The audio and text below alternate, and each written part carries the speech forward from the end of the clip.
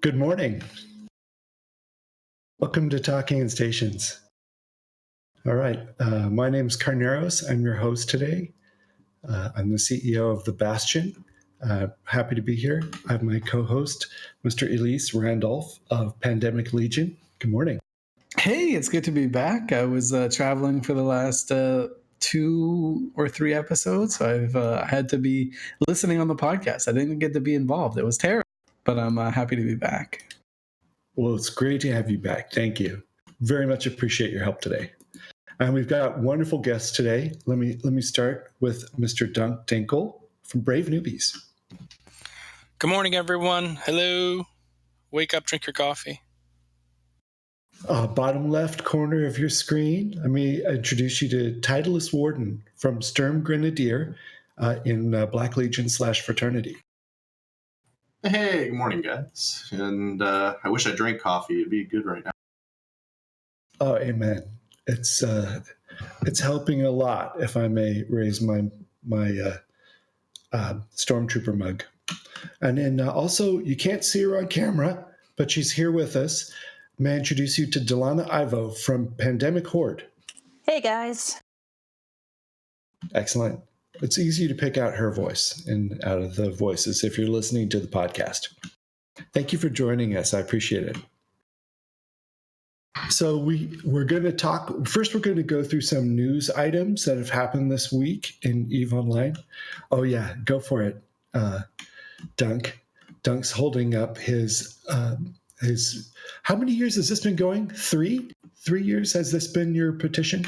A while. I don't keep track of such things. Been going for years, ladies and gentlemen. He's holding up a sign to the camera, which some of you at home can't see, that says, CCP, please, Tech 2 salvage drones. And it has a picture of a lonely, not yet fully realized drone looking at the camera. It's very touching. Okay, but we're going to go through our news items, and then our subject for discussion for the show today is reviving Null Sec in the aftermath of the Age of Chaos. Not that we're even sure if the Age of Chaos has ended or not, but just that's what we're going to discuss today. Oh, and thank you for the subs, guys. Thank you very much. All right, rolling back up, though, to the news items first. Switching over to my notes page. Hang on. All right, ladies and gentlemen. How many of you were watching yesterday on the live stream, the live YouTube stream from SpaceX with Elon Musk talking about the experimental interplanetary spaceship? I thought that was amazing. It was dead sexy, but Elon's got that style of vocalization. Kind of turns some people off when he's half discussing a topic, and then he's got the squirrel syndrome once in a while. It's a little bit of a squirrel syndrome. Sometimes, I don't know, sometimes it feels like he might be on drugs. I don't know if I'm the only one who perceives that. But it's a damn sexy spaceship. Could we get that skinned for our I guess that would be our, what's the galente? Oh, the thorax. I think that's probably a thorax there. If we had to compare that ship, that we were showing a picture on this to the stream just now. Looks like a shiny, silvery thorax.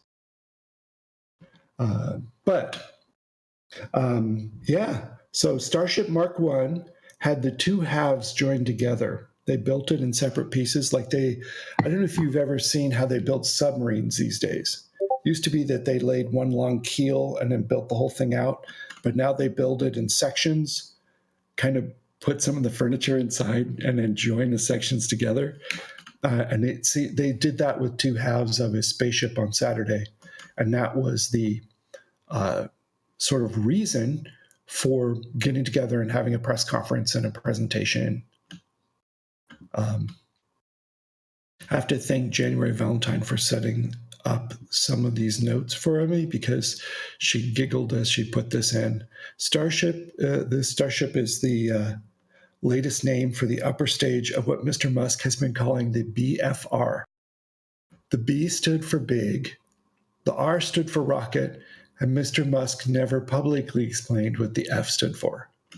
I assume fancy. Yeah, I'm sure that's what it was. It's kind of like reminiscent of the giant gun from Doom. BFG 9000? Yeah, exactly. Yeah. I do remember the BFG 9000 warmly. Okay, yeah. So there's a whole Reddit thread about it. There's plans on running a 20-kilometer altitude launch and a vertical land test within 2 months using this Mark I spaceship, a Starship just unveiled. And all the parts are reusable. It was very interesting. Oh, wow. I direct your attention to the chat now where we had put up a picture with size comparisons. That was impressive. I had forgotten about that part. But yeah, no,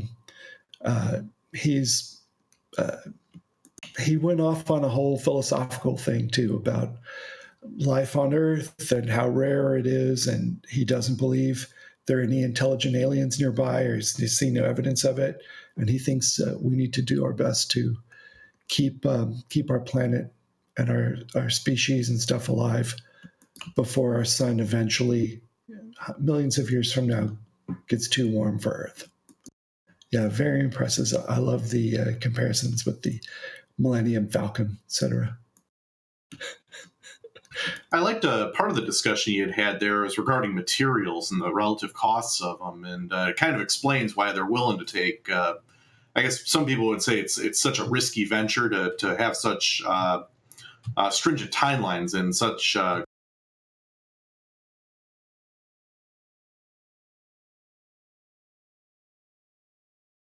I think Tytalus might have lost his mic there for a sec. Oh, sorry about that. You able to hear it now? Yes, sir. All right.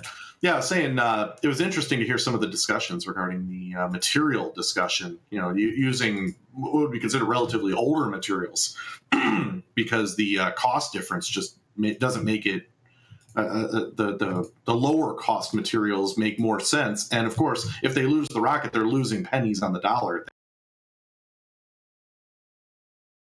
Money counts, guys, when you're flying to other star systems. Or that's our star system, but he called it a starship anyway. All right, next item on the news. Let's see. This, as everyone should know by now, the Council of Stellar Management 14 released their meeting minutes this week. That was a big deal. A lot of the talk shows this weekend have been discussing that. I'll be honest, I've only read about 2/3 of it so far. It's a long document. I'm enjoying it. Later this week, we're going to do a special show that's not this show and not the next Sunday show. It's in between. We have a special show. Matterall's going to interview CCP Dopamine. It's going to be dope. You want to be there? I love it. Thank you. And it's going to be better than the last Not Ahsoka from Brave Newbies, where Dinkle ate the 9,000 degree tortilla chip that almost killed him. Are you okay, bro? I've been wanting to get one of those tortilla chips. I'm glad that you pulled the trigger on that one. I am warning you, and human words are not enough to stress how much it is an extremely bad idea to ever eat this chip. And I caution no one to do it. It is a bad idea. I can't express enough how painful and terrible it is. And that said, I'll happily send one to you. I was watching the Players Championship, which is a golf tournament, a few months back, and they, for some reason, their producer was like, "Yeah, let's make people eat these chips." And ever since then, I was like, "Man, I really want to try one," but I've been a bit gun shy because it seems absolutely terrifying. Everyone's reaction has been the exact same. This is painful, and it actually just gets worse day by day. I wouldn't say day by day. I mean, the first 30 minutes really make you question reality and your life choices and a lot of things. And then you kind of get through that terribleness, and then it just lasts about a day as it works its way through your system. And then you're done and you feel kind of reborn. Well, if you do need to get some sort of sustainable food inside of you, if you want to watch or read the CSM minutes, which I suggest everyone does, CCP Convict, the new community developer at CCP, put his pulled pork recipe at the very bottom, so you can make that. He actually posted a picture of it on Twitter too. It actually looked kind of delicious. Wow. Okay. Nice. I'm just happy you survived, Dunk. I was worried about you at one point. Well, I didn't help myself with doing 2 shots of whiskey and then mixing White Claw and Rip It together and putting that all in along with the chip. So that was not my brightest idea. All right. Lessons learned. Okay, so also want to, so the summit minutes are being discussed in other channels. We're going to take it, but they're mostly commentary on it. I notice we're going to go through it in a more systematic way, and so I think it's well worth signing in for our upcoming show. And then next thing up, the EVE Online Championship Series is currently running. Oh, I just wanted to interject real quick for the section of the CSM14 minutes. We'll also have CCP Dopamine, the other CCP community guy, on the show to deal with or to go through the CSM minute. Yep, excellent. And we have another commentator on the show today.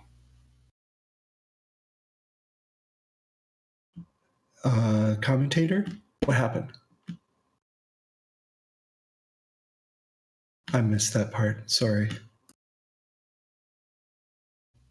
Did you introduce Dylana? Yeah, I did introduce Dylana. Oh, sorry, my bad. Yeah, you got it. Okay. Yeah, chime in anytime, Dylana. We're just chatting it right now as we go through the news. I do love CCP Dopamine. I think he's super cool. He has. I didn't work with him back in the day. I've never met him. I think he's really cool. He's got a really good energy. It's hard to get for someone who hasn't played EVE Online before. So that's always a good thing to see. I have met him just once at the EVE Toronto, but he's going to be at the EVE Vegas in a couple weeks as well. So for all those people that are dying to meet him, he'll be there. Excellent. Okay, and then going on to the EVE Online Championship Series. This is currently running. It's not quite. It's like a long extended version of Alliance Tournament, but run by the players. So it's not. Oh, I'm going to ask you to put a couple links up if you would, Maestro, or I could type them into the Twitch channel. But they are. It's if you're at home, it's eve-cs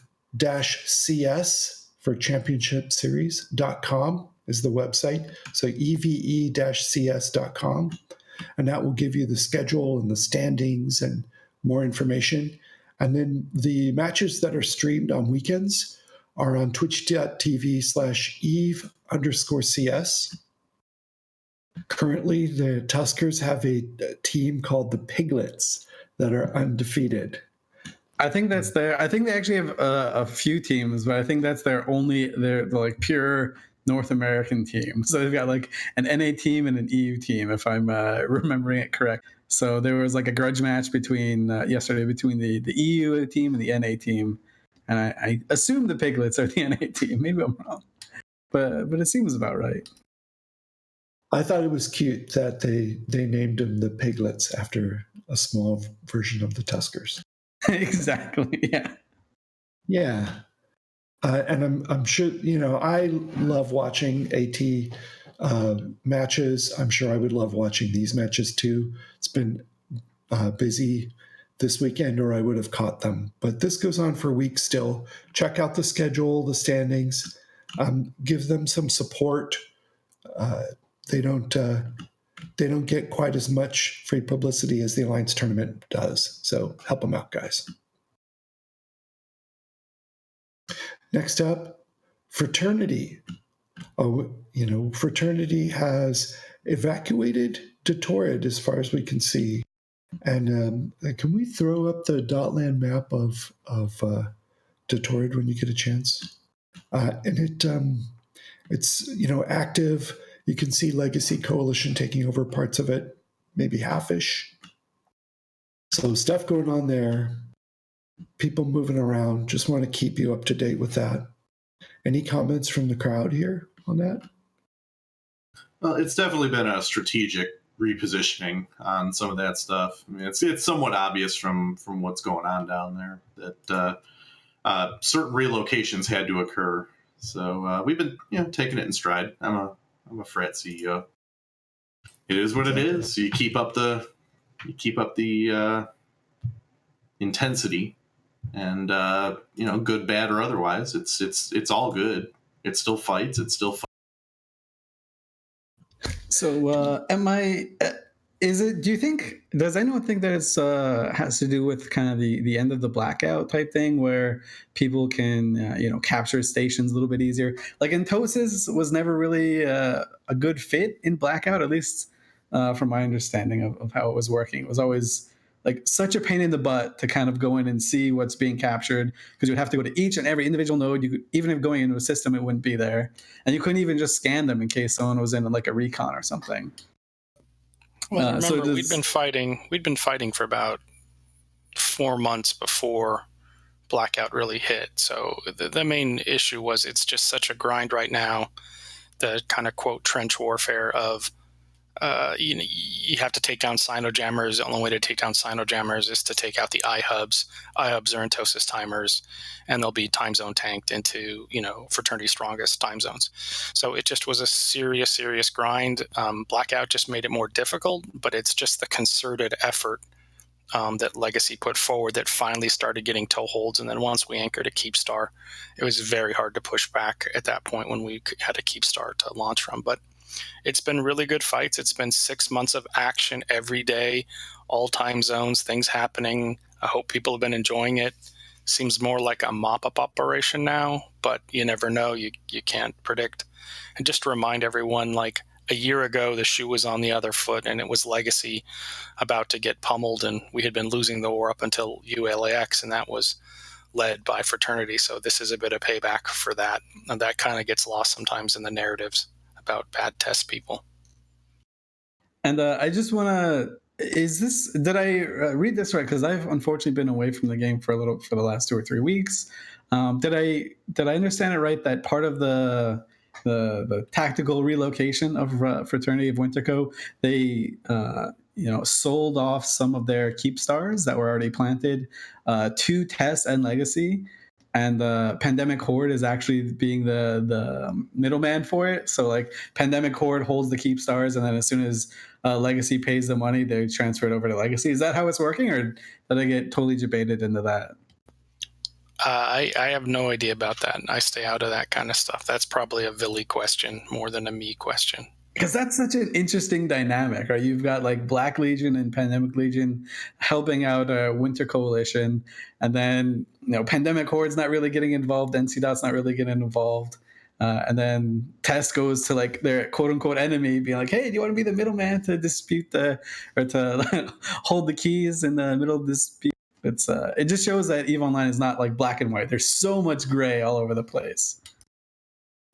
Wow. Well, I mean, there's something to be said for, you want to win a war, but you don't want your enemy. It's not really a blood grudge kind of. We want them ground into dust. So, if it's a win-win situation, maybe, and I don't know anything going on, but maybe Fraternity gets a little money back, and Legacy gets some Keepstars, which aren't easy to come by all the time. It could be win-win, and of course, Gobbins is a very smart person, as always makes a lot of smart financial choices. So I could see it happening, but I don't know if it's going on. But that'd be pretty interesting dynamics to see.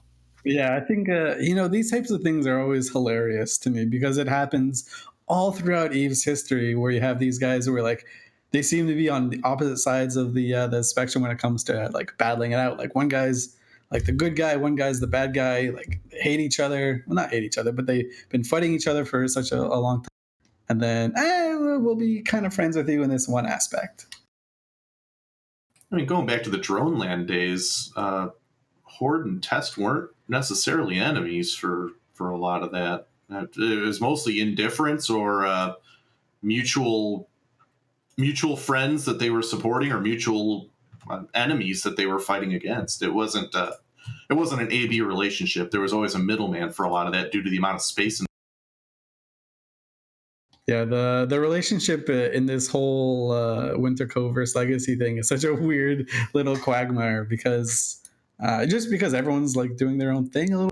Even people that are part of like quote unquote the bad guys, because for a while people thought it was going to be like this huge proxy war. At least the tinfoilers were saying, "Oh, it's this huge proxy war between PanFam and Goonswarm to keep Legacy tied up in this corner." But it turns out no, just dudes want to have some fun, and shoot each other in the spaceships. And the buying and selling of assets at the end of a war isn't unheard of either, certainly. It happened quite a bit in drone lands when Skill Yourself and the other entities that were involved with that started occupying, 5 regions of space in like 2 months. It's like, well, we can't build this infrastructure overnight. Some of it was won through attrition. Some of it was through backroom deals. Some of it was straight up ISK. Yeah, so that's a cool little wrinkle if it is actually something that's true, or if it's just a rumor that I'm getting trolled on. But I really like that type of dynamic of these type of Eve wars and stuff like that. But Dunk, would you say that the war is like over, or is it just like we're gonna put it into like a lower gear for a little bit? I wouldn't say it's over. I mean, we're in kind of that mop-up phase where one group has decided they're going to try and extract as much as they can and take as few losses. So there's fleets every night. I mean, we get pings. Unfortunately for me, a lot of the pings happen when I'm asleep in the middle of the night. So there's kind of structure pings and Tosis pings to retake the systems and knock everything down. So that's still going on. So occasionally there's a fight, but I don't see any big fights happening right now. It would have to be a kind of a YOLO fleet of Fraternity that wants to go just have some fun right now. What's going to happen next?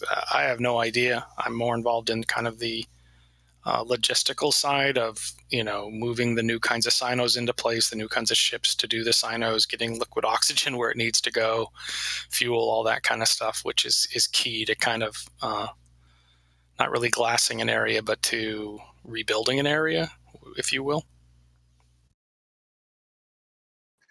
Do we have any predictions on the action moving to a different region? Innsmother, Wicked Creek, farther? No? Well, I have a feeling that things are going to die down a little bit pre-Vegas. I have a feeling Vegas is going to be an inflection point for some of these things. A lot of discussions happen in Vegas, so I wouldn't be shocked if even up north, Sword Dragon had ordered an attack on MTO when I was controlling that, and it stopped. It stopped for Vegas completely, and then it picked back up the week after. Yeah, the last Vegas, I was talking to a few people from Test and Tappy, and the big thing that was on everyone's mind is they had lost Pro God Legend, and they didn't know where he was, and they were trying to find him. So he, I'm pretty sure he was at the sports book. That would make sense, actually. Just passed out in one of those chairs. This is reminding me, I need to recharge my external battery, my 8,000 milliamp hour battery, so I can actually be plugged in the whole day while I'm walking around Vegas. Amen. Yeah. I'm kind of aware of the story. It was kind of a mess. Dylana, you dropped off a little bit. Can you hold your push to talk longer? Yes, sorry. I'm on my phone having to do this, so not used to having to do the push to talk on here. Thank you. Tell us a story. Tell us a story you know. Okay, so So we were at Fogo de Chao, which is where we always have our Pam Fam dinner, and we had our own room, closed off room, but I saw that Test had their own table, like in another part of the restaurant, but like we saw where they were. So like we keep walking past and go to the salad bar and stuff, and just kept messing with them a little bit. And then I saw that ProGod was not there, and I was asking them like, where did he go? And they're like, we don't know either. And then they came in our room like looking for him. I'm like, oh no, because I know him personally, so like I'm like blowing up his phone like, dude, where did you go? They're wanting to know where you are. And then he messaged me later like, I don't know where I am. God. So it turns out he was so excited to do Fogo that he didn't eat much before he got there. And then like people kept giving him drinks, and he wanted to, be nice and take the drinks. So he got a little bit more in over his head than he expected. And he left the restaurant because he wanted to get some fresh air, because otherwise he was going to puke on the floor or something like that. And then he just kind of got lost from there. I'm not sure how much he would want me to say, but I know like he just lost track of where he was and was not in the best frame of mind to locate himself. Eve is real. That's all I gotta say. That happens. I have to say, I get excited every time someone says the words Eve Vegas. I can't wait. There have been a lot of discussions about it this week. People planning dinners, I know one person planning a brunch, cocktail receptions. I can't wait. Oh yeah, I'm in total hype mode. Like we have our Pam Fam barbecue. It's going to be huge. I had been in full planning mode with designing swag for Horde and for Talking in Stations. This whole week has been pretty busy because it's basically the cutoff for a lot of things to be in production on time. So I've been having to do a lot of the design work, the last minute ordering. Like I barely beat the buzzer on Friday. Like thing had to be submitted by 4:00, and I submitted at like 3:58 or something. It takes like 4 weeks, and I already had to pay a rush fee. So it's getting exciting. I can't wait. I do want, next week we'll hopefully be able to tell you about an upcoming event that you can attend, where you can meet some of your favorite people from Talking Stations and get to see some of the crew that help us build these shows that don't necessarily get on camera very often. So, you'll love that. Don't miss that. Okay, where are we? I got lost there for a second. Burning napalm. This was a shock. Went right through the Eve community really quickly. Burning napalm has been just a pillar of Northern Coalition DOT for a long time. 10 years. For 10 years, 10 years is a long time in Eve. And they surprised everybody by switching to Pandemic Horde this weekend. The rumor I heard was that a change of scenery was desired to help them revitalize activity in the Corps, stimulate activity levels, which I completely understand. Absolutely. Does anybody on the panel know any more about this? So it's something that we've kind of seen before, right? So burning napalm was one of, as you said, one of the early pillars of Northern Coalition DOT. White Arrow is, I think they're basically their CEO, but probably the most notable name that you'll know from Burning Napalm. He's one of Eve's most illustrious FCs. He goes through a whole bunch of stuff. A great guy. But PL kind of experienced something very similar, right, with a corp even older than Burning Napalm named Backcountry. And Backcountry, their leadership was like, you know what? We need a change of pace a little bit where our numbers are down. We're only putting like 1 or 2 people in fleet, which is the same thing that was happening with Burning Napalm. And, we just need a change of scenery, but we don't want to go very far, right? We don't want to be like going into just jumping into something completely different from what we're used to. We want members to be able to come back, access their stuff, so on and so forth. And so they moved to Pandemic Horde. It's very similar to what Backcountry did, in hoping to, I don't know, get people more involved, get people logging in again, get people away from WoW Classic, wherever they've been to. And you know what? For a lot of these veterans, and this might sound ridiculous, but a lot of veterans really like being around the newer players, which I'm not saying Pandemic Horde is all new players or anything like that, but there are a lot of younger players in Pandemic Horde, right? And that excitement that those players have is really infectious, for especially for veteran players. And I've seen it like all through my time in EVE Online. A lot of just these older veteran players who have seen it all, done it all. They like finding a newer guy and like spreading some of their stories, spreading some of their knowledge, and just getting excited about EVE again in the way that only younger or newer players can get. I think that's the same story on. I'm sorry, with Iron Armada and Trigit. We'll call the slang term is Y-dotting down to join Goonswarm. He compressed his alliance into a corp and moved the corp into Goonswarm Alliance, and I think it's partly just to stimulate activity. Yeah, Dylana. Yeah, what I was going to say is there's sometimes the perception that we would joke about that like NCPL or like the bitter vet retirement home.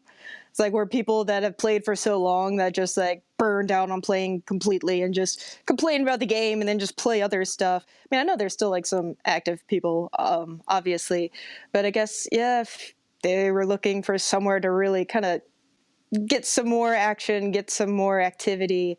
I mean, Horde is just booming. Like, we're always having stuff to do, and we used to not have as many corps, and now we're just I'm always like surprised, like, wow, we're getting some more people. This is exciting. It's always great to have more people, especially if it's like these older guys, because I mean, I still remember the days where we had to deal with the newbie doctrines, because they're saying like, how many people can even fly the big things?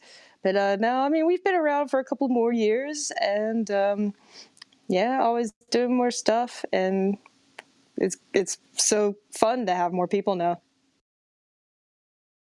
Yeah, so it'll be interesting to see how it turns out, to see how the shakeup works. But it's, I don't think it worked out very well for Backcountry. I think what ended up happening, which invariably usually happens, like people either get really into it or they get into it for just a little bit and they're like, no thanks. This isn't what I remember. But it'll be interesting to see. I hope for them that it works out, because a lot of the guys there are really great. They have just been playing EVE forever, so I'm excited to see, I guess, just how it'll work. And I don't think it's like a big kick in the pants to NC or anything like that, because, as I mentioned, these guys, they probably weren't very active for the last few months, right? And if you can't get a critical mass of people doing something, then you just lose even more and more people, right? So this will hopefully spruce them up a bit. Amen. All right, one more item before we go into reviving Null Sec, which honestly, this last item was kind of about reviving Null Sec too, if you ask me. But this is a little bit humorous. Happened, I think it was yesterday. A Goonswarm Corp. I don't know if they kicked the main corp or exactly what happened that got them upset. But a guy in a Goonswarm alt corp called Offenjungs Inc. flipped a Goonswarm, flipped a corporation-owned Sotillo to the executive corp of Northern Coalition DOT. So Best Friends Forever. So suddenly, the BFF guys would have suddenly seen a notification pop up on screen saying they received the Sotillo, because they're open to upwell structure transfers. Hello. And then if they would have looked, they would have seen, oh my goodness, that's in Delve. We didn't put a Sotillo in Delve. We didn't buy one in Delve. How'd that happen? And of course, Goonswarm noticed and immediately moved to reinforce it. Drama ensues. Any of you know anything about this? I don't, but it's I guess it's a tale of as old as time, right? Someone gets kicked, they get mad, they're like, you have fun in reinforcing the structure, blah. Like no one expects NC to launch an invasion off of that Satio moved over, but it's like, you don't get to keep this. Now you have to shoot it. See you in like 2 weeks when it's done. Yeah, and if you consider the asset basically valueless at that point, you might as well as have some fun with it, especially if the break was not mutual. If it was very much one side, it's like, well, all right, let's just throw this that way. Let's see what happens. A little more chaos, Reeve. Yeah, people have sent me Pocos, but that's about the extent of it. I've never gotten like a full Keepstar or a full Sotio or anything like that. Well, I would like to offer myself as a mediator in this conflict and dispute and formally say that Brave will take that Sotoyo off everyone's hands, will remove it nicely, put it somewhere that it'd be used. So you can reach out to me, Dinkle, and I'll be happy to receive that Sotoyo and get it out of the offending space happily. Well, I do feel bad for the people who had jobs running in there because there's effectively zero chance of getting their jobs out. Just zero.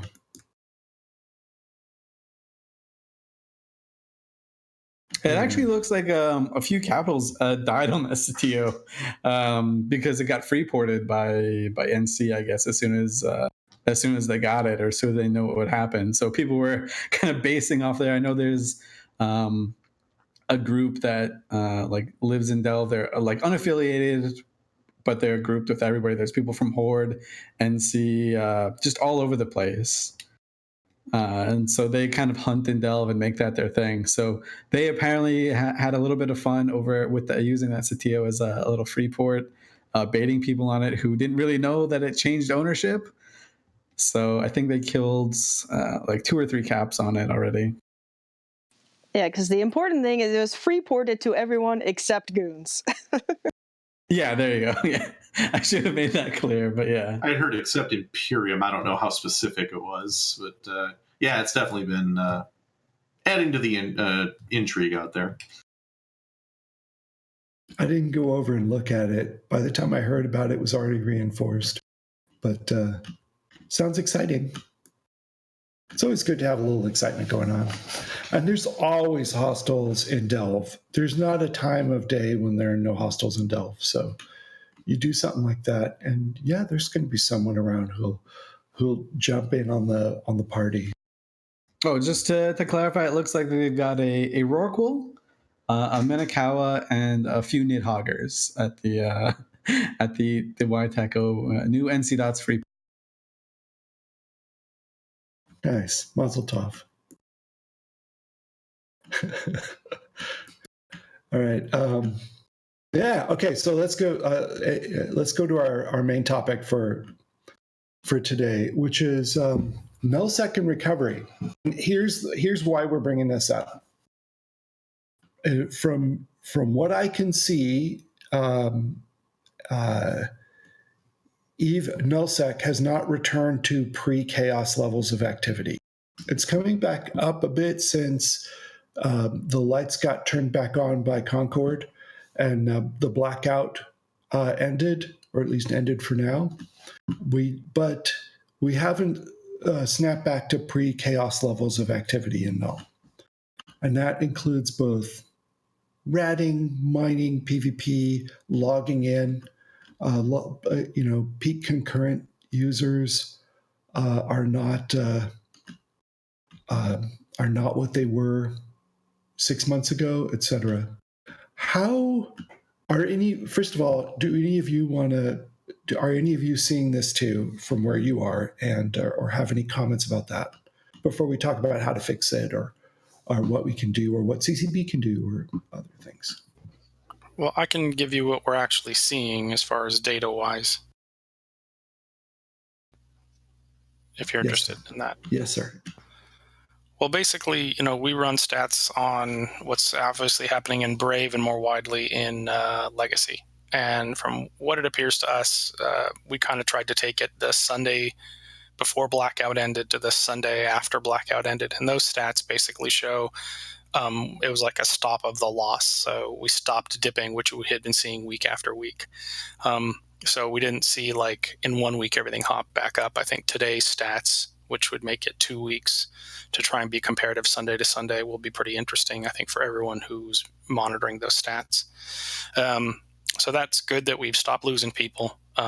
Getting people back in is obviously an issue. And then we can see that the PvE, which is more difficult to track as far as active PvP, we can see the market is happening. We're seeing the transactions, the reprocessing. We're seeing the taxes go up, but it's more difficult to measure exactly what that means. So it seems the PvE has restarted. Definitely the exploration people are back at it, plundering whatever they plunder. But as far as, we took about a 20% player hit from blackout over the 2-month period. And I don't see that coming back in a very quick fashion right now. Anyone else on the panel want to comment? For my membership, I've got a couple of different corporations that my group operates. And for some of our folks, we decided to just shift. They said, I don't want to operate in would be considered a major battleground area, or they did want to. So they shift back and forth between the two as needed. So when blackout hit, we saw a rise in PvP activity, hunting PvP activity specifically. Whereas before that, it had been more of our guys were willing to sit back in earnest and sit in a defensive posture instead. They had earned the ISK already. They were in blackout now. They said, all right, let's get out and do this. And then since the blackout was lifted, I think our work wall activity went up about 10,000%, something like that. So they decided to shift back a little bit more towards the ISK generation. Okay, sounds good. Sounds like you have got activity. Activity is good in itself. Well, ensuring that our pilots could have flexibility was something that allowed us to weather that specific moment. The larger alliances should have had no trouble with that. I don't know that they marketed it properly to some of their line members, and maybe that was part of it. Well, and part of it is, WoW Classic is a thing. Definitely took a lot of gamers. If you look at Discord and what people are playing, you'll see an awful lot of WoW Classic there. I myself even playing Borderlands. I like Borderlands 3, so I've been playing that myself. So there's a little bit of when your main game can be a little frustrating, and then you want to take a break and play some other things. You kind of want to get to a stopping point in other games. So I wouldn't be surprised if people trickle back once they kind of are wrapping up some other thing they started during blackout. Yeah, see, once Molten Core and Onyxia and Darkwing Layer, or Blackwing Layer, all that stuff gets run, and okay, Eve Classic doesn't have anything to do for another 3 months until Blizzard puts a patch out, then maybe you'll see a spike during that. You did say Eve Classic, by the way. Oh, wow, that's funny. I'm sorry. Have that on the mind, don't you? Hey, we could use some Eve Classic too. Sure, why not? Let's go back to when we could throw 3 micro warp drives on a ship and see what happens. So I've seen a few people from like smaller groups that turn into hunters. When blackout came in, they had this huge resurgence, right? So they went from having maybe 5 or 10 people on a fleet up to almost 40, going into like mid black. And I know a lot of them, after blackout has come back, they're like, oh, well, all that fun in the hunt is gone now. But they're also seeing more people out there to hunt, right? Because towards the end of the blackout, it was getting few and far between what they could actually catch. Because no one really wanted to go out, especially in their shiny new toys. And especially after the Sino changes, right? So obviously you could have just parked a Pilgrim or a Falcon next to you or something while you did your stuff, but people still chose not to go out and risk their ships for good reason, because they didn't want to lose it to just all these hunters that were just swarming all over the place. And they did mention that every once in a while they'd run into other hunter groups, but more often than not, if there were like fights that would happen, it'd because they accidentally ran into a gate camp because they weren't scouting right, or the home defense fleets didn't really know what to expect, so we only put a few things out there. But yeah, most of the time those guys were only going after hunters and not running into each other.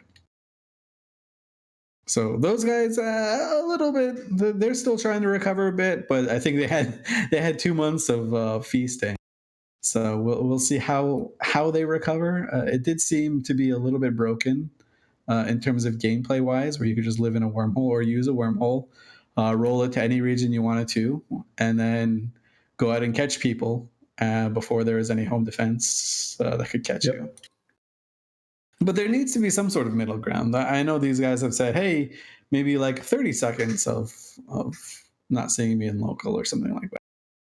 Something I've been trying to push to my corp mates, certainly the corporation, and even into the alliances that I'm a part of, is the idea that risk should be part of your gameplay. I see a lot of new members who are brought in who are told, "Oh, this is safe space. This is where you should operate." You hear the concept that Null Sec is safer than High Sec, and if you ingrain the idea of risk early on into the member, they're less unwilling to take risks, I think is the right way to word that there. Because you see some of these folks who are, I guess you call them the perpetual PvEers. They're the ones that just want to see the bank numbers go higher. And trying to convince somebody who's already entrenched in that mindset to revert back to a different mindset, that's almost like a snapping point for some people. They go, oh, this just isn't right. It's almost like losing your full-time job. You're doing a PvE thing 24 hours a day, and now I have to PvP. Oh, God, that's such a horrible concept. I think another big part of it is no one likes to be nerfed, right? Like, no one likes to have their gameplay hindered because it was too good, too strong, or whatever. And the same goes for, like, the hunters. Like, they always hated being nerfed all the time. I remember so many people that would cry to high heaven, these people who all they did in the game was PvP, and whenever their 30 kilometer a second like vagabond got nerfed, they're like, oh, this game sucks, we can't get any fights. And that was like 8 years ago. So just nobody really likes obviously no one likes losing, and no one likes getting nerfed. It's this gut-wrenching reaction. So I don't blame the people that were just like, oh, this sucks. Used to be able to get 100 mil ticks, now it's down to like I might die. Yeah, I saw Noisy mention that you don't get people to join your alliance in the first place if you don't offer them some kind of safety. And I'm perfectly fine with that. You have the safety now, but pushing the narrative in your own group that the safety is temporary. It is the illusion that exists now, so that they are prepared for when the safety isn't there, is probably the better way to train a newbie to become a bitter vet someday. Well, I think there's a little bit of, I think people will accept change when there's a carrot and a stick, right? And it seemed like for a lot of people, this felt like only stick and no carrot. So I think that was, one of the messages that the CSM tried to put forth is people are okay with making changes, but they have to have something that they're looking forward to, or a goal, or something that counteracts just what a lot of people felt like was a direct push against what they did with no alternatives to get a little something out of it. Yeah, well, the idea was that like you guys had, or people had like this big carrot, so they could still eat the old big carrot. It's fine, but I get your point, especially from like a psychology perspective. I'm talking about just like when you implement change, right? You can't say it was great. Your supermarket had all the fruit you wanted for 3 years, and now we're going to take away all the fruit in the supermarket because you had too much fruit. You're like, where the fuck's my fruit? Now, if you bring in some other product, maybe people will be like, okay, I see why you're taking some of this stuff away. But in the case that CCP did, there was nothing. It was just like, let's take away your exploration. Let's take away your subcap ratting. Let's take away all this stuff. And there wasn't an alternative kind of more balanced play style put into place. It's interesting that, and you mentioned this before when you said your numbers. The explorers took like a huge hit too, not just people doing PvE stuff or mining or anything like that. What do you have to think? Like, I would think that the explorers would be fine in Blackout because they like to be like cloaky, doing their own thing, spooky little cloaky ghosts.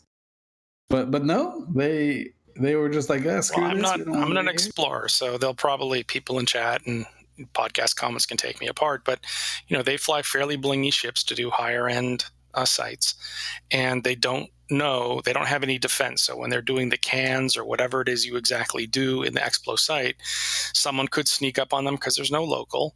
be completely cloaked and then uncloak, tackle them, and kill them. And they would literally have no way of knowing that person was there, because the combination of no local and people can fly cloaked and then uncloak and tackle them immediately made it, there was literally no defense to them.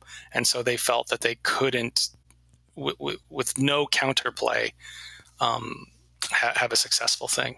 Yeah, I sold a lot of... Now tell me how I'm wrong in chat. No, I think you're probably perfectly right there. I saw a lot of people buying Cloaking Loki. I actually got into that market hoping that it would take off, and it did. Thank you. So yeah, I think a lot of people went out in the Cloaky Lokis. I just assumed they were waiting in sites to grab like Vexers and Myrmidons and stuff like that, or VNIs and Myrmidons. But I guess it does make sense that they would go after like the Stratios types and stuff like that. Right, and then also just the newer players, like one of the big pushes we would say for the newer players, go out in a frigate. You can do the lower end kind of sites, make some good money, and if you see this, you can try and escape in your frigate. And even those people were just getting clobbered because they didn't have the Covert Ops cloak, and so it was just tough on some of the newer players to just make the money to get their next cruiser. That's what we saw, and so we were hoping there'd be new ways that you kind of balance out. It's not completely safe with they can see everything in local, but also we do have solutions for the lower skill point, the newer players to do stuff to make some miss, to not build Titans, but to like pay for their next Caracal or Hurricane. We also, if you look at the risk reward ratio here, you can say that the risk has gone up because of the Sino changes, and it's harder to get a rescue fleet to you, for example, but you have to last longer in combat before you're going to get potentially saved. But look at the reward side for a moment with me. The mineral prices in Delve, I don't know about other places, are not good right now. They've come down, they've eroded since Blackout got turned off, and they're not high right now. There's a lot of competition from it's not as big an incentive as you might think right now. They're still ratting, but we've told people to adjust their fit, and we've given them some suggestions for how to do it and stuff. And it's definitely more hassle. Reward has not gone up. It hasn't eroded as much, but it hasn't gone up. Are you saying the ore prices are too high, or the ore prices are too low? Ore prices are low right now, so they're not able to make as much money by selling it.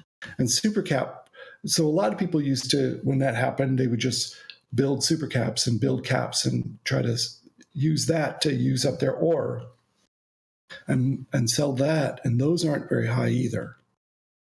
So there's less reward I'm seeing for some, and I'm trying to get people to undock and go to activity. I think Dell is an exception case to a lot of Eve, and I think that the amount of industrial focus and the ability to put forth effort and all that kind of thing in Delve is spectacular and amazing.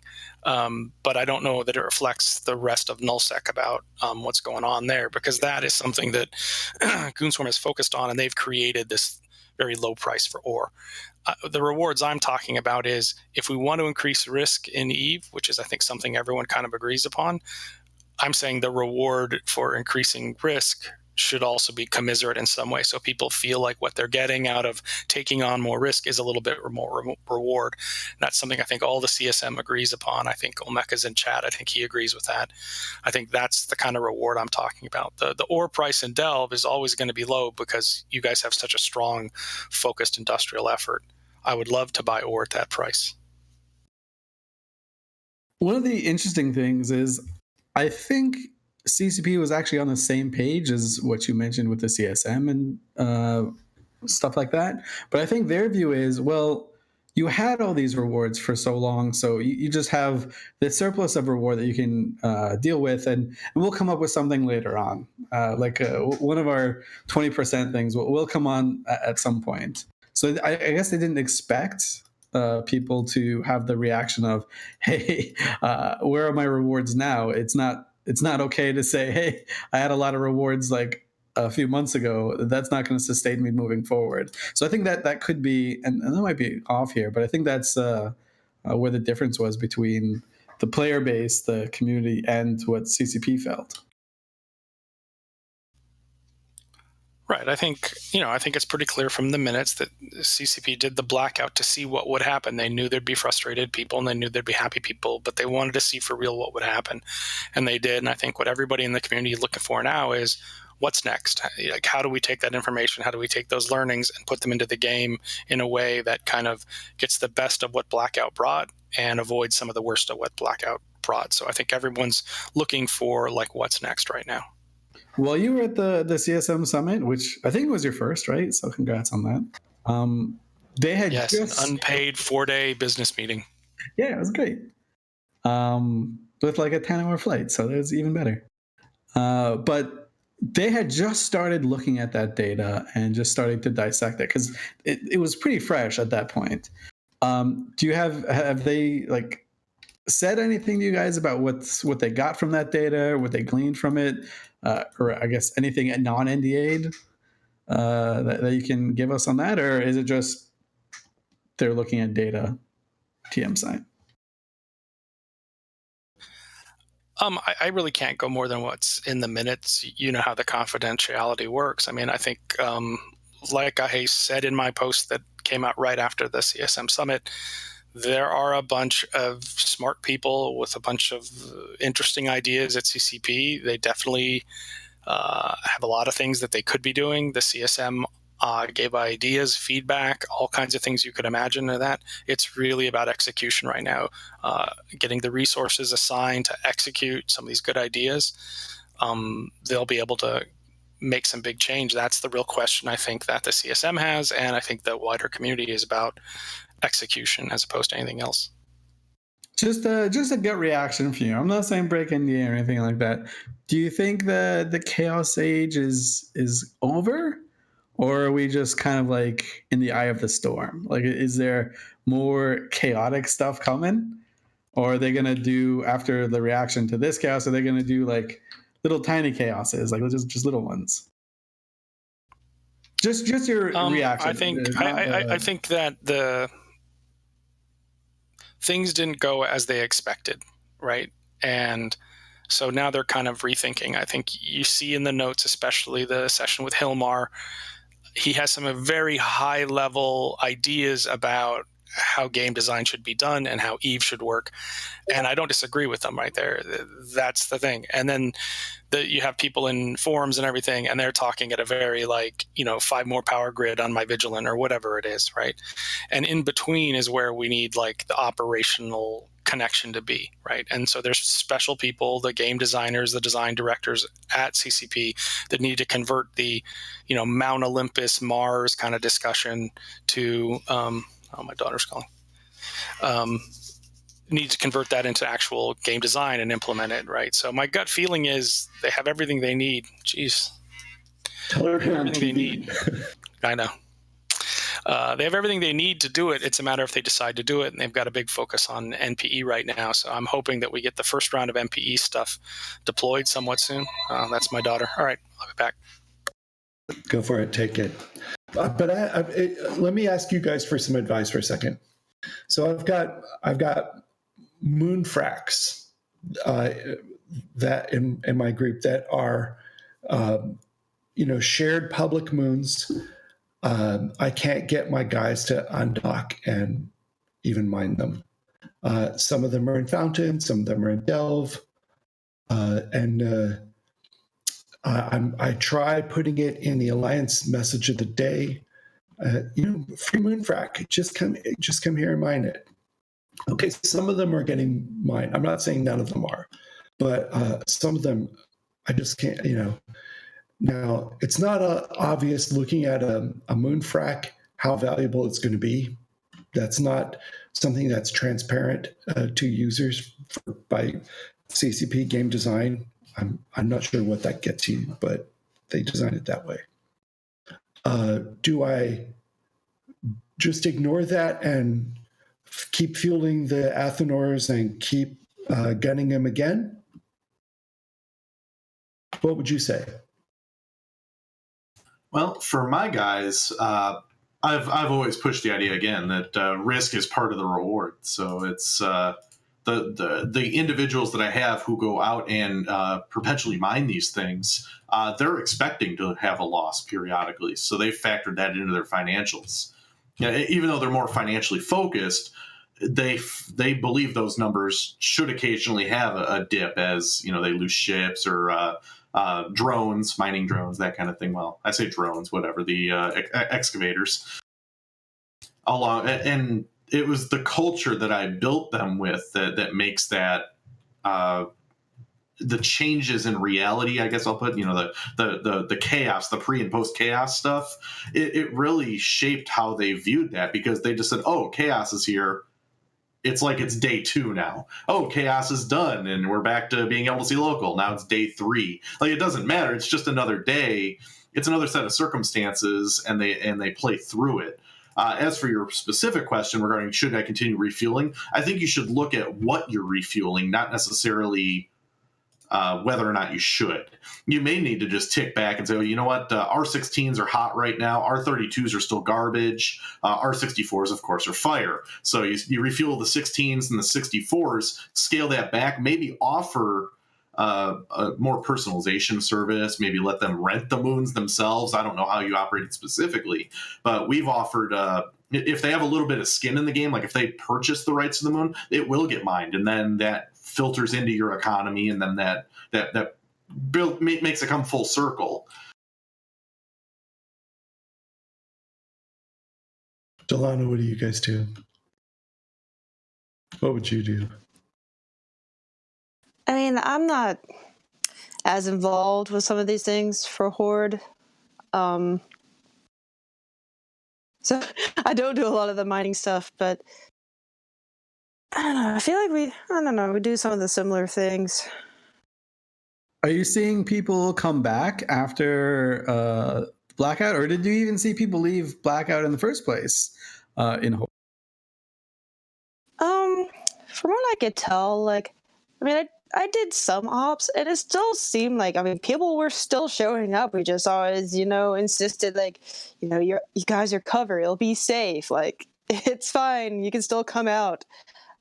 And I know we still probably lost, some people if they were out, just being not careful enough out in Rorquals and stuff, because that's just how it always is. But people are still always going to want to go out there and do some crabbing. So, from what I could tell, I think we still always had people out wanting to make some ISK. Okay. And I wonder, I'm going to propose a question. Just I don't have an agenda to it or anything, but just a question I'm throwing out in the ether for you guys. Do we think that moving income streams for alliances from top down to bottom up, do you think that was a mistake?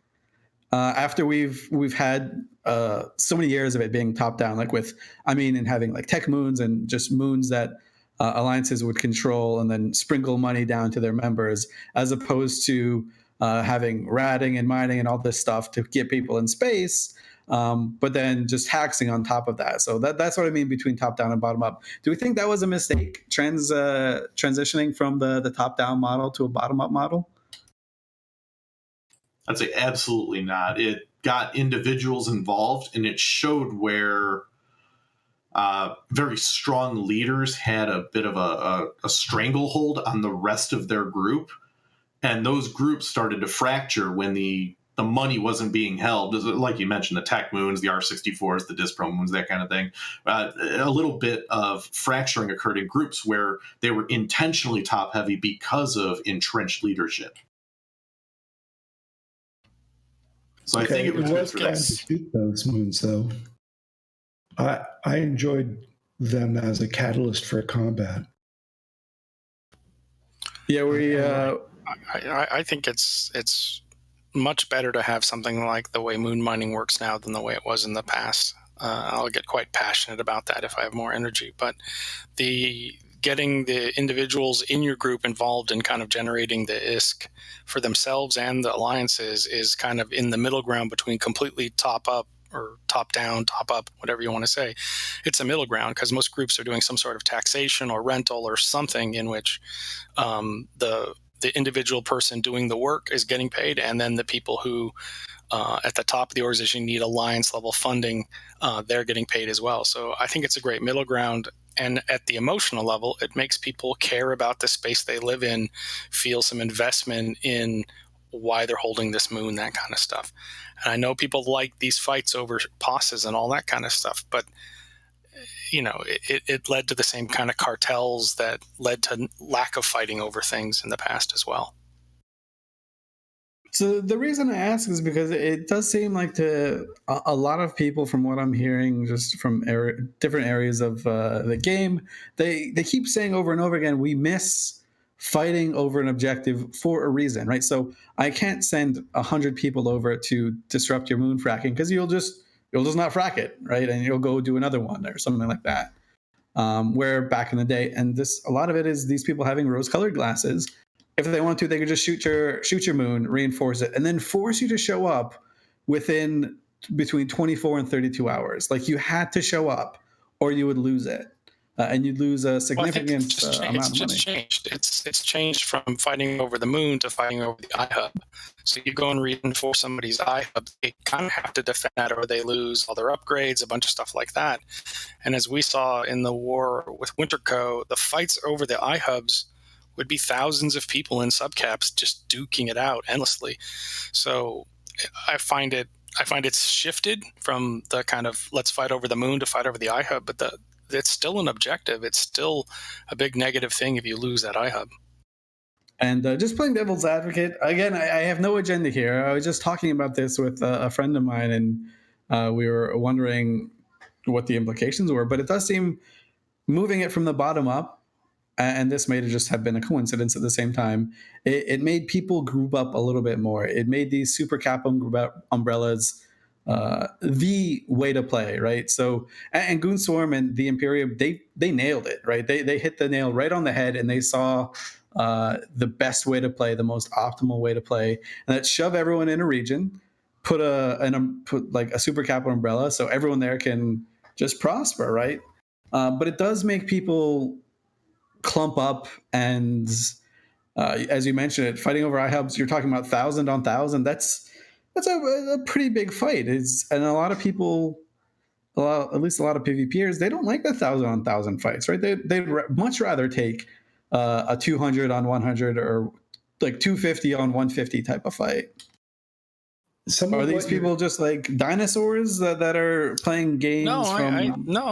I think they are. There was a podcast, I think it was on TIS, about the fights that went up in Scalding Pass, right? So it was one corp in Brave, our incredible corp, went up there and started kind of taking Sov and planting things up in Scalding Pass in one constellation and fighting against Lord and some of the other small groups. And these were like 20 on 20 fights. And people had a great time. And it shows what a small group on both sides can do to have fun. And I think we should encourage that. I wish there was some more game design around those kind of smaller things. But it does still happen. It's not everything is 1,000 on 1,000. So we did a show recently. It does exist up in the north. The same thing up wherever they glassed, exactly. whatever regions those Tribute were. And there's Veil. A bunch of that smaller stuff going on. Yeah.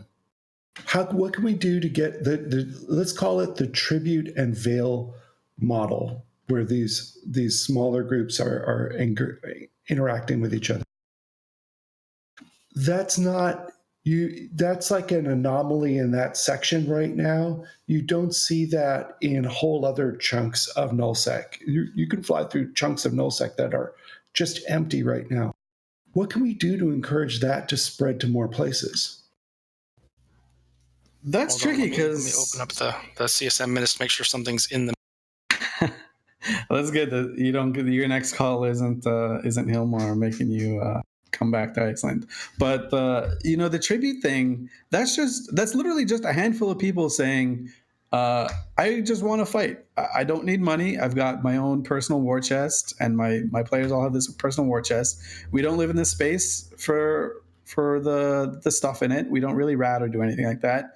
we just want to fight people, and these other people also want to fight people, and we just lucked out in them being here, and they're going to keep fighting until one of them either burns out or they say, this is boring, I don't want to do this anymore, peace, and then they're gone, right? And there's not, the only thing keeping them there is just a few individuals really wanting to be there and to have that type of content.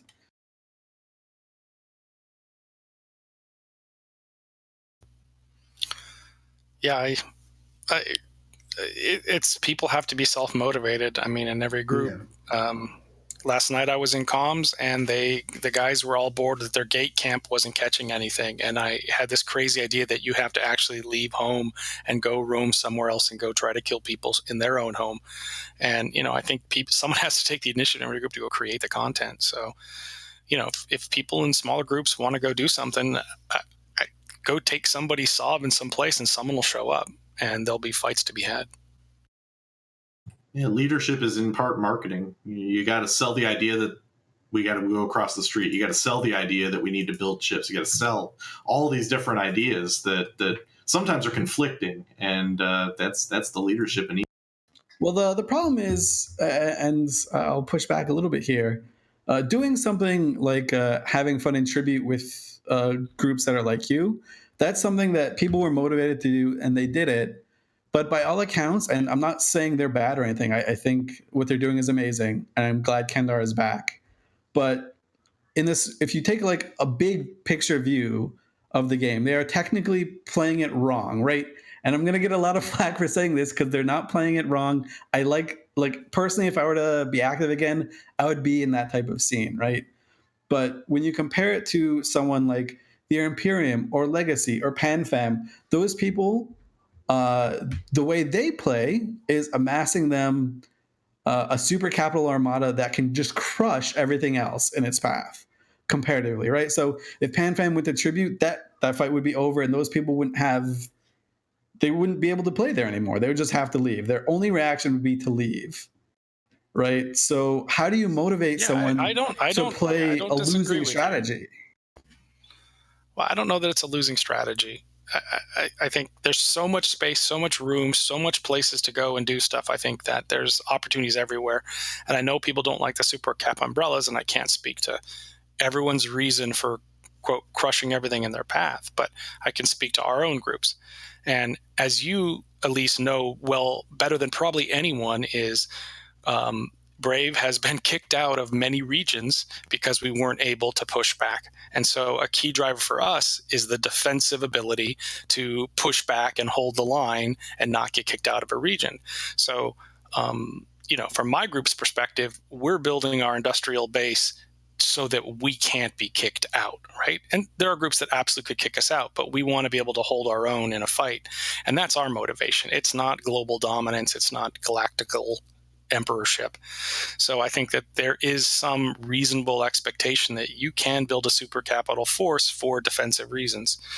As far as going out and getting good fights, I keep saying it, go look at all the different regions that there's stuff going on, small groups all over the place. And if you want it, it is literally there for the taking. Just take a corp, 30 people, and go take a couple systems, and I guarantee you there will be action that happens. But there's a difference between action that happens and action that you can deal with, right? Like if I go to Delve and just reinforce 1DQ, I'm not going to be able to get anything out of that. Similarly, like what I'm talking about though is kind of like the broader strokes, right? So the Brave that got kicked out of wherever they would go doesn't really exist now, right? Because just the way the game is, even though you guys were having everywhere we went, yeah, even though you guys were having great fights every day and having fun and whatever, you guys chose, and this is a strong decision to make, to diplomatically tie yourself with one of the larger blocks, and then you build up in your space, right? Like that's the type of style that this bottom-up type of gameplay reinforces and rewards, right? Brave hasn't been kicked out of their space. You guys aren't going to be kicked out of your space. But at the same time, you also are from your lips friends, to Bob's ears. But at the same time, you're friends with everyone around you too, right? And this isn't a knock on Brave, because you're playing the game the way the rules of the game benefit you at this point. And this is how all the big players do the same. But is this because we transitioned from a top down to a bottom up type of model? Or is this because of something else? And, is this even good? Like, is this a type of game that we want to keep playing? Or, do we want people to condense and get bigger and diplomatically closer to one another? Well, I don't think that should be the goal. I want people to have fun, and whether they want to be PvP or they want to do exploration or they just want to chat in comms or they want to get mastery level 5 in something, I want them doing all those things in EVE. But the game is the way it is. Every group has its own rationale for why they're doing what we're doing. I've kind of tried to state what Brave's interested in is growing our members, having some defensive force that means we can't be kicked out again. But every group's going to have its own, I'll pronounce it wrong, I'm sorry, French people, raison d'etre, your own rationale for why you do what you do. And if you just want to fly around and get fights, you can do that. People come to catch all the time. They come to impasse all the time. We see roaming people come through daily, nightly, all the time. So there's still people doing it. So it always seems to me people looking for this sweet spot of the perfect fight in their mind. And when they can't get the perfect fight in their mind, they're kind of like, somebody must be to blame. And it's just hard to craft a game where you give everybody what they think of the perfect fight is. No, I mean, I completely agree with that. I just was curious as to what you guys thought about like the current state of the game, like what changes could be made. Do there need to be changes? Like, is it fine the way it is, more or less? Does there need to be a big shakeup in Null Sec? That's not necessarily chaos related, but does there need to be a big shakeup to change the play style? I know McLeod was chatting like when we were talking about the top down and bottom up, and I think he nailed it really. Like having an all bottom up model seems not great, and having an all top down model seems not great. Is there some sort of sweet spot in there that we can realistically implement with our 20% of game dev time that we have? Or is that just kind of like you're looking at this game from lenses from 6 years ago, grow up and like get good? All right. Well, we're having a wide-ranging conversation here. The activity levels are going up. They're just going up slower than I would like in parts of the game. People will give them a little bit more time to ramp up. I'll market better to my people. I heard you, Tytalus. I'll do that, and we definitely want to encourage people all around the map, not just in a few select areas, to increase their activity. Are there things that Did I miss all CCP the discussion when I was on the phone with my dog? A little bit. And by the way, you missed a really funny joke too, where they said that's Hilmar calling him, not his daughter. He got mad at him saying too much. But anyway, we are there things that CCP could do to help to message, to help market returning to Null Sec also, without stimulating bots and all the parts of the game that we didn't want to see and we're glad are gone? Personally, in the short term, if CCP could signal that no changes are permanent until stated, that would be it'd be a small thing, but it's a thing. And I think they've said something somewhat similar to that. When Blackout hit at first, the assumption was Blackout is forever, and then it was people fighting over how long Blackout will be. Is there going to be a CCP or a CSM backlash regarding Blackout? And all these different discussion points get fractured off of the one change. Whereas if CCP could come out and cleanly say, it is a trial, very much so to say, specifically on point, this is a trial and it will end, that might help with some of it, and especially with other changes that they're going to be making in their future. I have no doubt that Eve Vegas is going to have some changes mentioned. I mean, they got to have something for Vegas. I mean, do they? No, I think if I had a dream scenario where I was like the decider of things, and that was my title, I'd just like to see a little post saying, "Yo, this is what we did. We turned off local. Here's why we did it. The economy was completely bonkers, and it was bad. Here are some things that we achieved. Bots are gone, or a lot of the bots are gone. We got thousands of them. Like, people just love to know that there was a reason for it other than, and because this is how it's been delivered, I think, or at least how it's been interpreted by the community, for chaos, right? Like, oh, just for the sake of chaos. And I think it's important to market it, or at least communicate it, like, hey, we did it for a reason. It wasn't just for fun. This is what we learned. This is what we're going to do moving forward. Good luck, have fun, and just send it off to everybody. Like, make a post and then send it to everyone who hasn't logged in like 3 weeks or something. So they can be like, oh, okay, this is a cool little newsletter. It's not super long. I get why they did it. This is cool. Thanks, CCP. Bots are bad.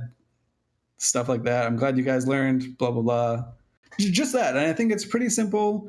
And from knowing the people that play the game who have left and don't want to come back, or have left and are just a little bit antsy over the blackout changes, I think that would do a lot to settle their nerves, right?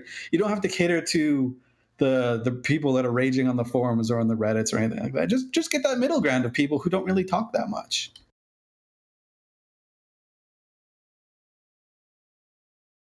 Okay.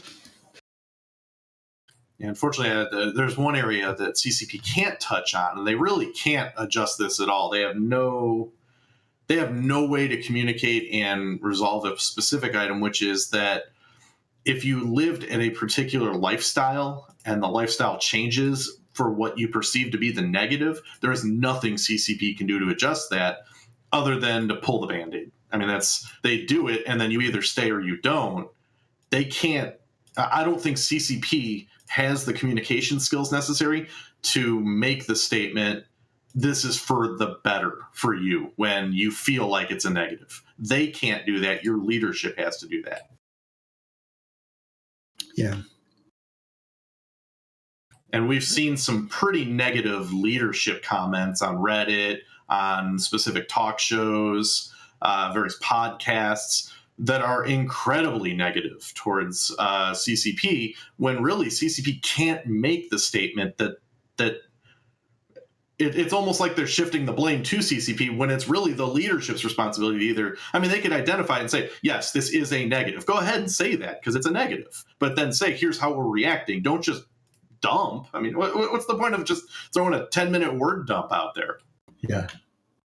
I have to say something for the podcast listeners. Those of you who can't see the video right now don't realize what just happened on screen. And I'm going to describe for you that Commander Dinkle of Brave Newbies took off his headset, put on his monocle, and put his headset back on as a grand gesture and statement, a visual statement. Always with the props. Dinkle always has props. That's the one thing you can count on. Death, taxes, and Dinkle with props. It's fantastic. It's a good monocle, sir. Looks like you could hurt someone with that. All right. Okay, yeah. There is too much blame going at CCP. There's too much negativity and comments about the personal comments about them. I hate seeing that too. Obviously, I have a bias as a former member of CCP staff who once had himself dubbed into a Hitler video. Yeah, those are not which is, for a Jew, that's a really ironic feeling. That's not a good look for a gaming community too. I did not show that one to my parents, but yeah, guys, Come on. So part of that, the issue is that there are some critiques that are completely valid towards CCP. Of course, there's going to be some people are going to have philosophical design differences that they believe it should go A instead of B, or maybe there's a C. They believe there's a C that hasn't been explored yet. But the signal to noise ratio gets completely distorted once Reddit's included, once these shows are included. It amps it up from a 5 to a 10. It goes, okay, here's this one almost inconsequential thing. Let's espouse on it and then tie it towards all the other negative things somehow. And now all these negative things should be lumped in with bots and high sec now. And it's like, CCP didn't do anything for bots and high sec. Like, that didn't happen, but somehow CCP is being tagged with the bots and high sec stuff now. So now they maybe have to respond or don't. And Dunk has an excellent 2020 vision going on there now. I'm really liking that. He's gone full monocle, which it turns out is just goggles. There you go. One other thing that it changed too in the dialogue, though, is that it definitely opened up people's willingness to talk about changes to Eve Local in between turning it all off and turning it all on. There's a lot more conversations of what if we adjusted this or this or this, and that's kind of cool. And I similar to that, I do hope to one day have a show where this might be a garbage show, I don't know, but where we just amateur game design hour try to give CCP suggestions on what to do next with super caps. Anyway, because there is somewhere in between, leave them where they are and remove all super carriers and Titans from the game and just give people like a medal on their character sheet that says, I used to own a Titan. There should be somewhere in between something you could do with them. So you're the mythical option C person that, yeah, I'm not so big of a fan of the option C types of folks. And of course, that makes the assumption that CCP will recognize the option when it shows up. I will say after so far, what I've seen of Chaos so far, there have been a lot of really good things, right? And as we were mentioning, I think a lot of it does get lost. So we have the concept, which is something that CCP Rise had mentioned, that there's this mood at CCP that nothing is sacred, right? I can fidget with anything I want without like being afraid that someone's going to yell at me, which is huge. They mess with Sinos, which I think were a good change that needed to be made, and they made it for a good reason. They mess with local, varying degrees of success. But let's look at the positives if we can for a little bit, right? So they made a change to the game. They looked at what happened, and they iterated on that change. In this scenario, in the case of this, is a rollback within 2 months. In their like that time of the year where dev time is like really short. So that's kind of a cool thing if you want to just think about it in the bigger picture. Like, see, we made a change. They said, oh, this change didn't do what we wanted, so we're going to change it, which is something that I think players have been begging CCP to do for as long as I've played the game, which is just like iteration on stuff. Last chance to comment before we start wrapping up the show, guys. Anyone have any comments about revitalizing Null Sec or improving the game right now? I will say one thing. Say to CCP. Yes, sir. Sorry, I don't mean to railroad anyone. One of the coolest features that this game has ever seen has come out, and that's in the form of community fits, which is something that I think is going to be a godsend to a lot of people starting the game, where you have no idea what you're doing because there's like a gajillion mods to choose from to put on a gajillion ships that you don't know what they do. And now finally there's a way, there's like CCP has this thing where you can say, oh, this is a good starter fit, something, a baseline that you can work on and tweak at the very beginning, so you don't feel like you're just some idiot flying around in space with the wrong guns and you don't know what to do, and you have to be beholden to someone else in local or corp chat telling you what a good fit is, and who knows if they're just going to troll you and make you fit dumb stuff or not. So that is great. I love that thing. I wish I'd been there earlier when I was playing, because one of my first ships that I lost was a Thorax. I fit a heat sink to because I had no idea that a mag stab was working for hybrid guns. I just thought heat sink. The models look the same between the magnetic field stabilizer and the heat sink. I was like, oh, heat sink makes more sense for a railgun. Let's get that. And my first ever ship was fit horribly. So I'm glad to see this type of thing is out there and a tool for new players to use. And hopefully it gets them to stick with the game and get their creative juices flowing for making new fits off of those. And I just wanted to say my own little personal bit. Those Sino changes, I got to have my own first personal experience with how those go. It was a few days ago, and we were moving some assets, and I was like, oh, I just need to move a Sino. Oh, wait, I can't just move a Sino scepter. This is the first time I actually had to think about it. I was like, oh, I guess I need to go get a Falcon and fit that up. So I moved that up, and we moved the things, and of course I get tackled on the structure. And man, that's just, wow, that was my first experience getting to sit there in a 300 mil ship, just knowing I'm going to die with this Sino up. And I'm like, wow, this is definitely going to change some things as to how things work. Absolutely. I had a little fun this morning and forgot. I decided to just randomly drop my one of my Titans somewhere, and I forgot that I don't have a way home because I hadn't operated in that space yet. So I have no way to actually Sino the Titan back at the moment. Oops. So it's just kind of operating somewhere that I'm not going to discuss at the moment, and it'll get back tonight probably. But yeah, I didn't really think. I have Falcon pilots if you need fresh Sinos. I'm happy to supply. Oh, that's great to hear, Dunk. Thank you so much. I think the only thing I'll add about getting back to the topic about getting people back into the game is events make a big deal, whether it's a CCP run event or player events. People will log in for that stuff. I mean, you saw Smell's 9th birthday with the Titans and the loot drops and all that stuff. A bunch of people got excited about that.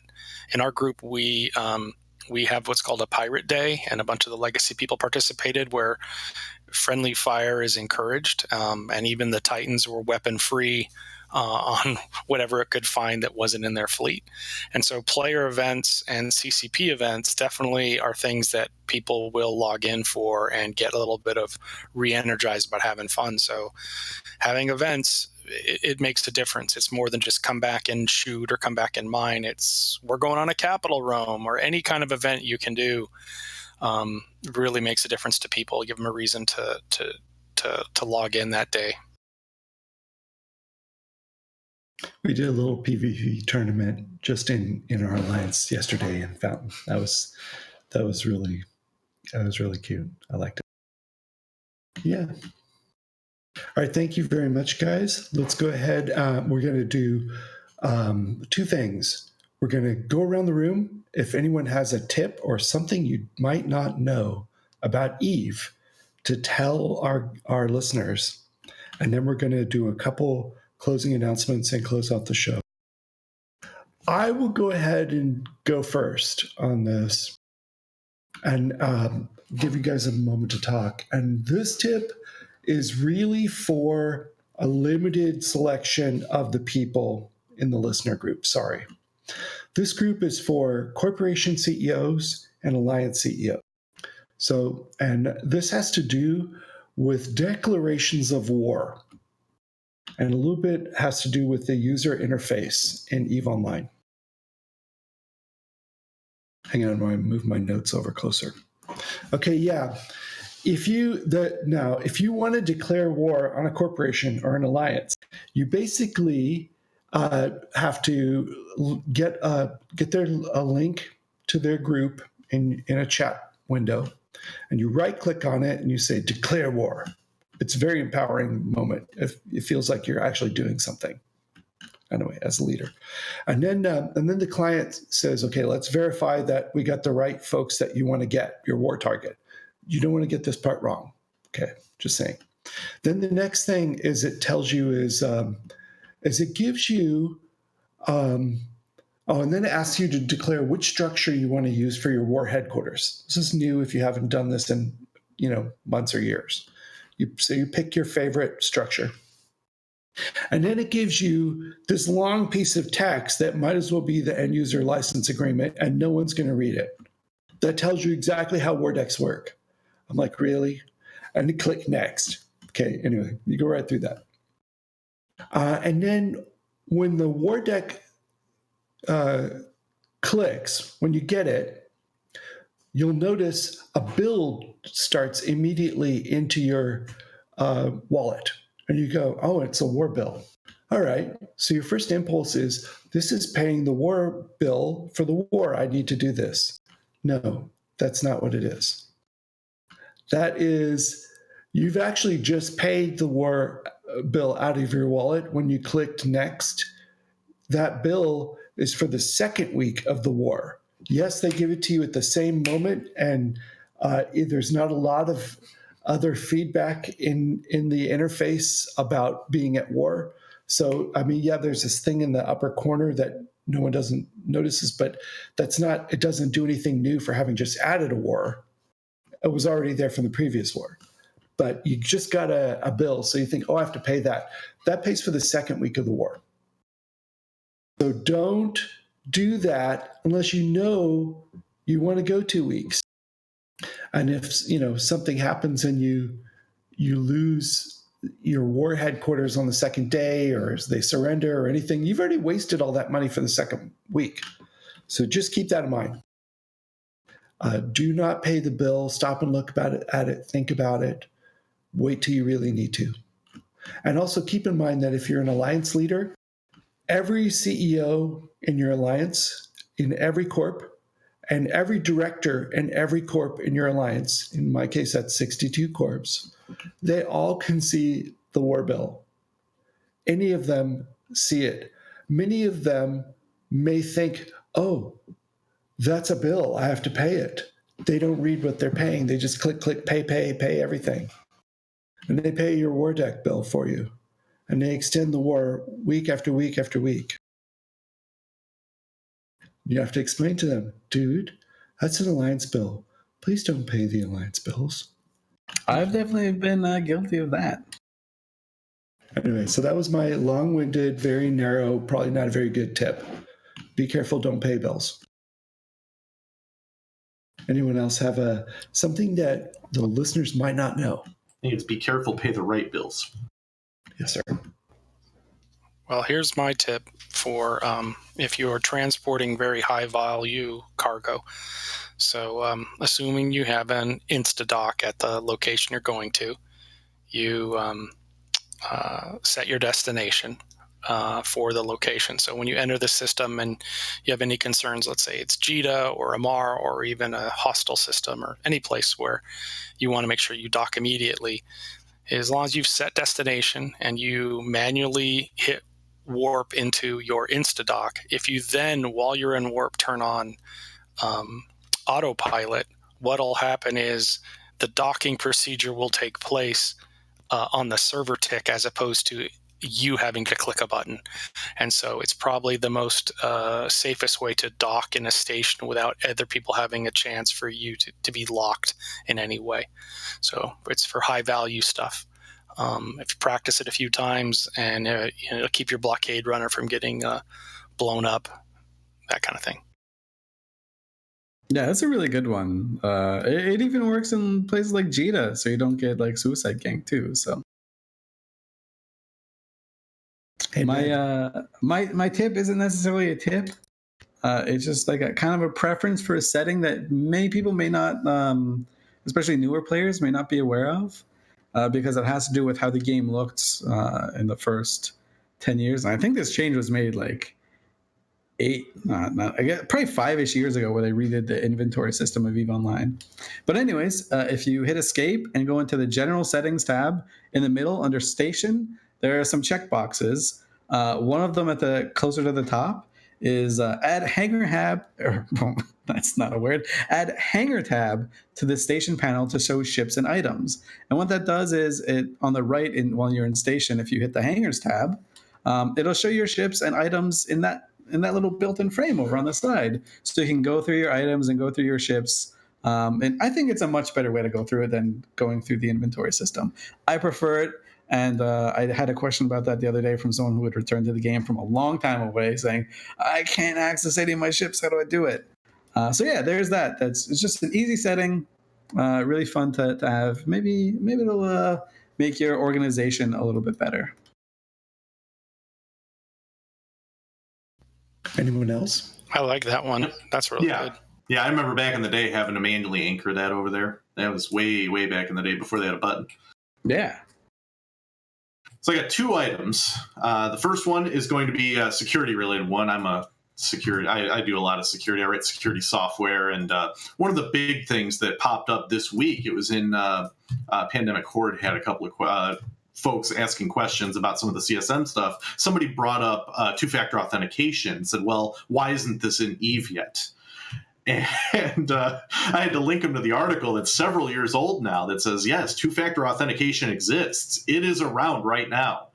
And yeah, it's pretty straightforward to do. You do have to have a mobile device in order to do it at the moment, if I remember right. They might have an email version, but I'm used to the mobile version at this point. But you can use, I prefer using Authy, which is a way to transfer your two-factor authentication tokens between phones. Otherwise, you can use the old standby of Google Auth, which is also recommended on the page there. But definitely use two-factor authentication for your accounts. There really is no reason not to at this point. I'm shocked that CCP hasn't tried to incentivize this in some way. Offer 50 plex to everybody who signs up on a new drive so that they could bring this up, because I've got to believe they have numbers somewhere back there that shows that they get 90% fewer support questions related to accounts if two-factor authentication is enabled. There's no way there isn't a number somewhere. I think Blizzard and Steam said they had like 95% fewer requests for account hacking related things when they enabled some form of two-factor authentication. It's just too useful not to have. So definitely pushing 2FA. And yeah, I was pretty sure there's an email version. Somebody just mentioned there is. So I knew there had to be one somewhere. And then the second item is Talking in Stations related. So Talking in Stations this week deleted all of the invite tokens related to Talking in Stations. As a result, we had to create a new invite link. So for folks who have Talking in Stations link somewhere, make sure to grab the new invite link. It's at the top of the Talking in Stations Discord server.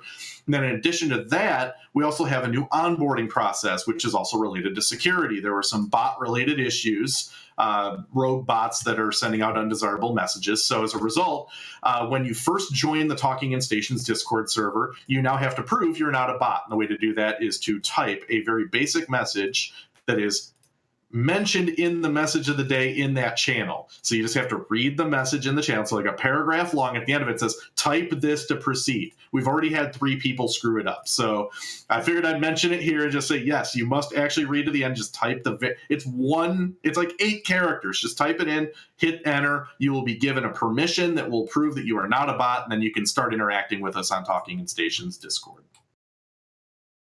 Thank you. Dylana, you want to throw anything out there? I don't know. I don't really have a lot other than just go to eVegas. There will be Talking Stations courtesy of myself. Yay! I've seen the. I saw the abstract for that pin. That looks good. All right, exciting. Yeah, guys, I can't wait for eVegas. CCP, save some of your ammunition for eVegas. Don't leak anything the next couple weeks. Tell us on stage at the keynote. And they're sending 30 people out too, 30 devs out to eVegas. And they sent there's a dev blog somewhere. I should have probably had it up before I mentioned it, but they list all the people that are coming up from CCP. And there's 30. It's a ton. It's great. I'm so excited. I want to find that link. The notable exception of Falcon. Oh, okay. But yeah, he had some other stuff going on, but everybody else. Oh, there's gonna be so many people. Of course, you'll see former CCP guard will be around. Yay. And they said he's going to be playing on Saturday night, right? Yep. Yeah, promo band. They're getting the band back together. Hey, Permaban's show last year was pretty darn good. I wasn't really a fan before, but I'm sort of a fan now. So that changed things, especially with the bracelets that we all had no idea how to. Most of us had no idea that the colors could be changed by them on the fly. Yeah, I kept thinking mine was broken. Yeah, I kept having people say, "Why is it off? Why did it shut off?" And it was them testing it, turning it on and off. And in case y'all didn't notice, the very cool sunglasses that CCP Guard was wearing with that happened to have the Horde logo on them.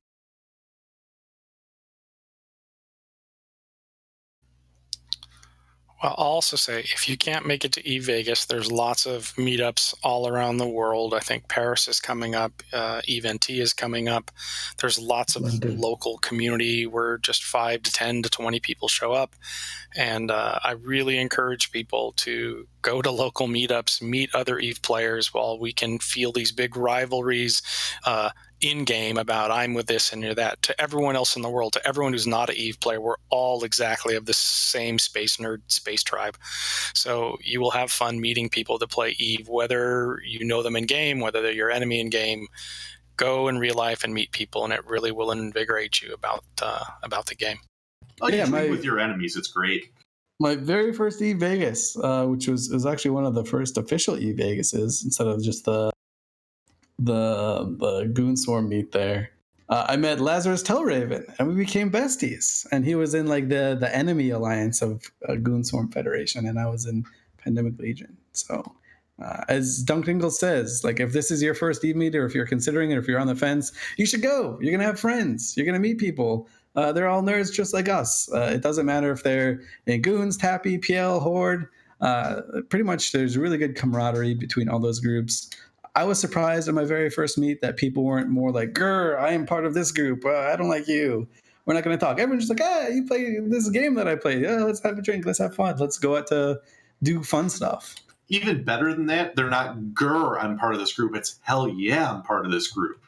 There's so much alliance camaraderie that shows up in the form of the flags, the outfits, the crazy accessories you wear, the pins, the lickable tattoos that people are handing out, challenge coins. The swag does get quite interesting. Yeah, it does.